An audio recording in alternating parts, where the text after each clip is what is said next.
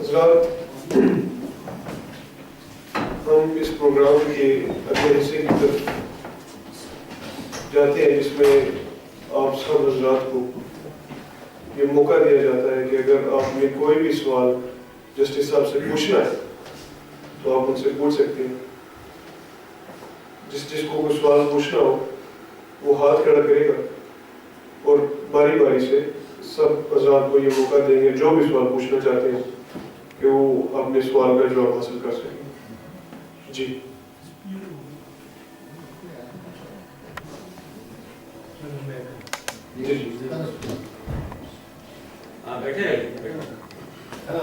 Justice صاحب، جس وقت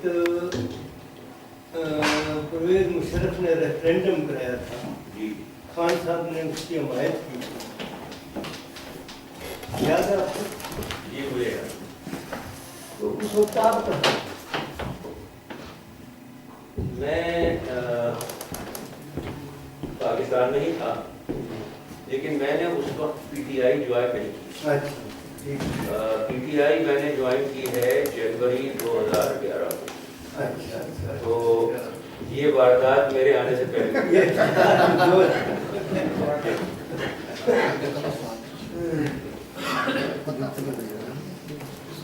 میرا تعلق ایکچولی این اے ون سے جو الیکشن ریسنٹلی ہوا ہے این اے ون اس کے اندر ہمارا جو گھر ہے وہ قریب اسی 148 میاں سے بات کر جو ہے ایم پی اے سے بھی بڑے اچھے تعلق. تو میں جاننا ہی چاہتا تھا کہ عبدالحلیم خان صاحب کے بارے میں اکثر ہی سننے میں آیا کہ جیسے کہ معاملہ عمران خان خود کہتے ہیں he owns the half of Lahore. یہ عمران خان کے الفاظ میں نے میرے سامنے نہیں کہے، لیکن مجھے بتائے گئے کہ خان صاحب نے یہ کہا. نہیں، وہ ایکچولی ان کا آفس جہاں پہ چیئرمین سیکرٹری انہوں نے بنایا وہ کافی بہت بڑی جگہ، ایکسٹینسو پراپرٹی ہے. اس میں سارا ان کے سیکریٹریٹ ان کے معاملات اور ساری کمیونیکیشن وہاں سے چلتی ہے. کیونکہ میرا بھائی میاں سم اقبال صاحب کے رائٹ ہینڈ ہے وہاں پہ، بزنس وغیرہ دیکھتا ہے. اور جب پیچھے معاملات ابھی بھی جو کاؤنٹنگ ہو رہی ہے کتنے پیسے دیے گئے کس کو رزلٹ کیوں نہیں آئے وہ اس میں کر رہا ہے. ایکچولی یہ پیشہ قسم کی بات نہیں کہ ملین سے پیسے لگے ہیں، کوئی شک کی بات نہیں ہے. لیکن میرا سوال یہ ہے کہ ان کی جو کرپشن ہے، جو کہا جاتا ہے کہ عبدالحلیم خان صاحب فیل مینس انہوں نے پیسے ارن نہیں کیے. میاں نواز شریف کی گورنمنٹ پچھلے 8 سال سے چل رہی ہے، اور شہباز شریف کے بارے میں ذاتی طور پہ جانتا ہوں کہ بہت زیادہ ذہن میں دل میں بات رکھتا ہے کہ کوئی بندہ ڈیولپ کر جائے اس کے سامنے تو وہ بھی اس کی مرضی کا نہ تو وہ ڈیولپ نہیں کر سکتا دور میں. یعنی کہ حمزہ شہباز نے کئی لوگوں کے بزنسز ختم کر دیے ہیں اپنے بزنس کو پروموٹ کرنے کے لیے. تو عبدالحلیم خان کس طرح اربوں روپیہ کما گیا اور اندر بھی نہیں گیا. پلس جس نے بھی آپ کو بولا گیا کہ بلینک چیک کی آفر کی گئی کہ آپ پرچیز کر لیں آپ بلوچستان کے ووٹ، کیا اس وقت ایک واقعی سالڈ ایویڈنس بھی دیا گیا کہ صرف کسی کے کہنے پہ ہی آپ نے اتنا بڑا ڈیسیژن لیا کہ ان کو انکار کیا جائے؟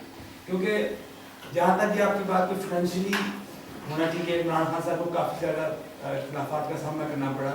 اور کئی لوگوں کا میں خود بھی جانتا ہوں، میرے دوست ہیں لائر ہیں، انہوں نے کہا ہم سپورٹ نہیں کریں گے عمران خان کو. ڈیفینیٹلی اس کی وجہ سے پرابلم نہیں آئی، لیکن میں کہا اوور آل عبدالحلیم خان کے بارے میں کوئی سالڈ ایویڈنس موجود ہے تو ابھی تک کوئی حکومت وقت نے کیوں نہیں کچھ کیا؟ ٹھیک، میں جواب دیکھیں. ایک تو بات آپ یاد رکھیں کہ کانسیپٹ ہے کامن ماسٹرز کا، کہ کچھ لوگ چوری کر رہے ہیں، ڈاکے مار رہے ہیں، لیکن وہ ایک امبریلا کے ماتحت مار رہے ہیں. تو ان میں سے وہ ایک دوسرے کے گرمان نہیں پکڑا کرتے، کیونکہ وہ کامن ماسٹر جو ہے اس کی اجازت نہیں دیتا. کامن ماسٹر سے میری مراد کیا ہے، آپ میں سے بہت سارے لوگ سمجھ رہے ہوں گے. اگر آپ کہیں تو میں ٹرانسلیٹ بھی کر دوں گا کہ میں کیا کہہ رہا ہوں. پہلی بات تو یہ ہے. دوسری بات یہ ہے کہ جہاں تک اس ایویڈنس کا تعلق ہے کہ وہ رفیع خان نے جو بیان اپنا دیا، رفیع خان نے بیان اور کوٹ دیا، اور ہم نے وہ ان کو بھیجا بھی ساروں کو، پرویز خٹک کو بھی، علیم خان کو بھی، جہانگیر ترین کو، ساروں کو، کہ یہ آن اوتھ بیان ہے، آپ چاہیں تو آئیے اس بندے کو آپ کراس ایگزامن کیجیے۔ اور وہ بندہ کس لیول کا بندہ تھا؟ وہ بندہ اس لیول کا بندہ تھا کہ اس نے کہا اپنے بیان میں، کہ جی میں نے یہ کیا ہے، اور نہیں پکڑ لیں گے، اور جو ایلیگیشن میں ان کے خلاف لگا رہا ہوں، اس ایلیگیشن کے بارے میں اتنا ہی ذمہ دار ہوں جتنے وہ ہیں۔ تو اگر آپ ان کو نکالیں تو مجھے بھی نکال دیں پارٹی سے۔ یعنی اس بندے کی ایویڈنس کا یہ لیول تھا، اور نتیجے کے طور کے اوپر ہم نے اس کو بھی نوٹس دیا۔ ہم نے یہ نہیں کیا کہ اس کو نوٹس نہ دیا ہو، ہم نے اس کو بھی نوٹس دیا۔ یہ نہیں آیا ان میں سے کوئی، ان میں سے کسی نے جواب تک نہیں دیا اس کی باتوں کا، اور کہتے ہیں نا کہ ہم نے تجاوز کیا۔ یہ جو پرائیویٹ ٹرائبیونلز ہوا کرتے ہیں، اگر ان کے ڈیسیشنز ڈس آنیسٹ ہوں، یا اگر ان کے ڈیسیشنز بیونڈ جورسڈکشن ہوں، بیونڈ پاور ہوں، تو سول کورٹس ان کو یوں کر کے ختم کر دیتی ہیں۔ ان میں سے آج تک کسی کی ہمت نہیں ہوئی کہ یہ سول کورٹ میں جائیں اور جا کر کے ان فیصلوں کو چیلنج کریں۔ جس ایویڈنس، اچھا صرف یہی ایویڈنس نہیں تھی رفیع خان کی، ایک اور ایویڈنس بھی تھی۔ وہ ایویڈنس کیا تھی؟ کہ کوئی خاتون تھی ساؤتھ پنجاب کی، اس کو جہانگیر خان ترین سپورٹ کر رہے تھے نیشنل اسمبلی کے الیکشن میں، اور رفیع خان سے انہوں نے یہ کہا ہوا تھا کہ آپ اس کو، اس کی کیمپین کو فائننس کرنے کے لیے پیسہ بھیجتے جائیں، اور میرے آفس سے آ کر کے پیسہ آپ کلیکٹ کرتے جائیں۔ اور رفیع خان کا کہنا یہ تھا کہ میں نے کئی مرتبہ یہ کیا کہ پیسہ بھیجا، اور اس کی جو بینک کی رسید ہے وہ میں نے وہاں پیش کی جہانگیر خان ترین کے آفس میں نے پیسہ لے لیا۔ لاسٹ پیمنٹ میں نے 5 لاکھ روپے کا بھیجا، اس کی رسید یہ ہے، انہوں نے مجھے پیسے نہیں دیے۔ یہ مزید ایویڈنس تھی ان کے خلاف۔ تو لہذا جو کچھ بھی کیا گیا وہ بہت چھان پھٹک کے کیا گیا، اور یہ تو وہ بات ہے جو آپ کہہ رہے ہیں کہ یہ خان صاحب کہا کرتے ہیں نا، یہ کہ ارے وہ تو یہاں لاہور میں بیٹھا ہوا ہے، وہ اپوزیشن کے کیمپ کے اندر ہے، وہ شہباز شریف چاہتا تو جب چاہتا اس کی گردن پکڑ لیتا۔ ارے یہ تو دیکھو، یہ کامن ماسٹرز کے چھوٹی چیز ہیں۔ They are partners in crime بھی۔ Yes, they are partners in crime, yes. اور بھی پکڑتا ہے کوئی؟ Thank you. جی کوئی اور؟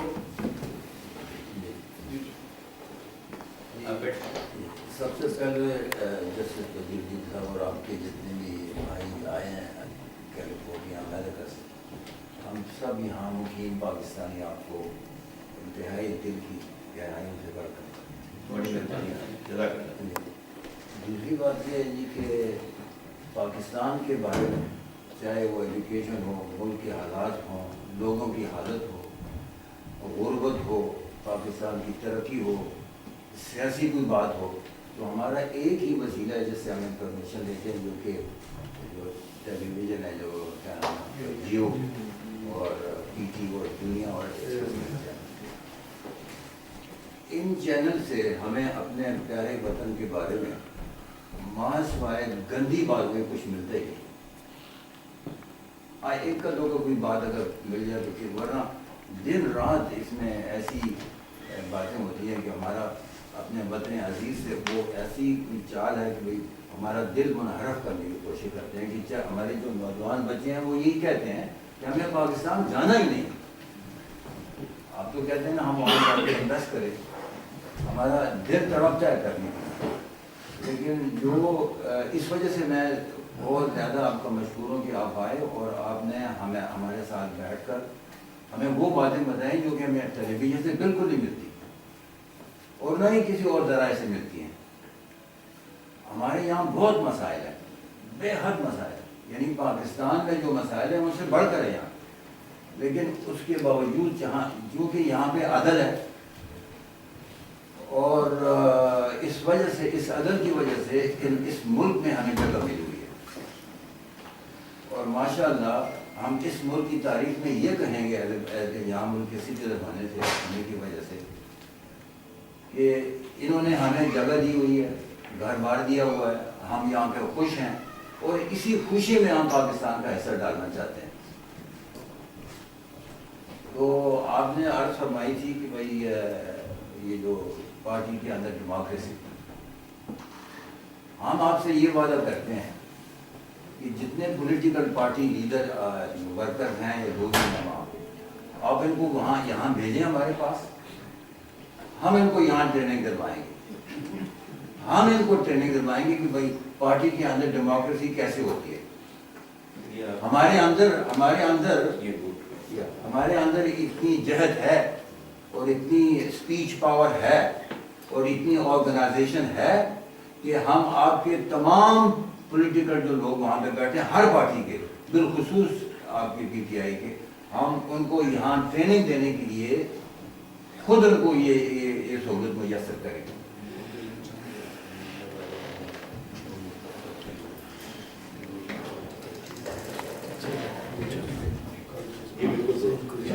اور دوسرا یہ ہے کہ بھئی آپ نے جو آخر میں جسٹس صاحب بات کی ہے نا، وہ ہمارے دل کی بات کی ہے، وہ یہ ہے کہ بھئی کسی لیڈر نے، مجھے یاد ہے کہ جب میں مانچسٹر یونیورسٹی میں تھا تو اس وقت دولتانہ صاحب آئے تھے مانچسٹر یونیورسٹی، تو اس وقت انہوں نے جو گریجویٹ تھے یا ہونے والے تھے تو ان کو کہا کہ بھئی آپ اپنا نام لکھائیں، اور میں آپ سے وعدہ کرتا ہوں کہ جتنے جو لوگ یہاں کے گریجویٹ ہیں، جب یہاں کے برٹش گریجویٹ ہیں، میں وہاں جا کے آپ کا انٹرویو کراؤں گا ہر محکمے میں جہاں پہ آپ کام کرنا چاہتے ہیں۔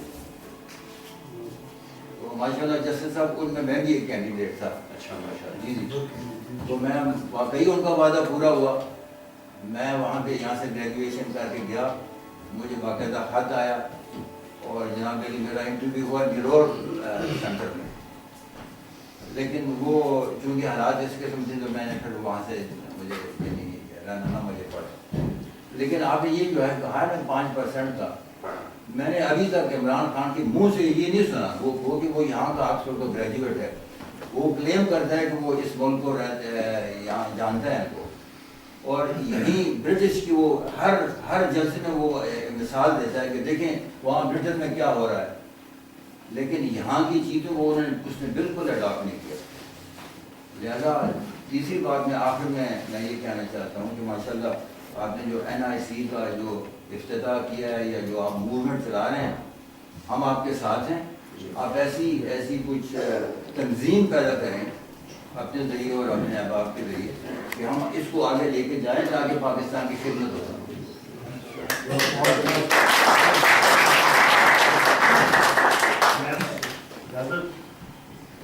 جی انجل صاحب، سر آپ کو ابھی بھی عمران خان سے بہت امید ہے اور آپ کا پروفیشن یہ جانتا ہے کہ once achieved is always achieved, اور آپ مجھے بتائیے کہ ایک مجرم کو جب سزا مل جاتی ہے تو اس کو دنیا کے کسی ادارے میں کوئی جاب نہیں ملتی، تو ہم عمران خان پہ کیسے اتار؟ اس کا کردار شروع سے لے کے آخر تک میں بتانا بھی نہیں چاہتا، مجھے خود شرم آتی، اور آج سے پہلے میں نے کبھی کسی جگہ پہ بات بھی نہیں کی، لیکن I have been disappointed from my heart. I do not trust Imran Khan. کوئی آلٹرنیٹیو ڈھونڈے پارٹیز میں، پارٹیز کسی خاندانوں سے نہیں کرتی۔ اگر آپ کہتے ہیں 10 لاکھ 20 لاکھ ساری دنیا آپ کے ساتھ ہے، تو آلٹرنیٹیو کیا ہے عمران خان؟ یہ میری آپ سے گزارش ہے۔ آپ اس یہ ایک بہت ڈیفیکلٹ سوال ہے جو آپ نے کیا ہے۔ دیکھیں،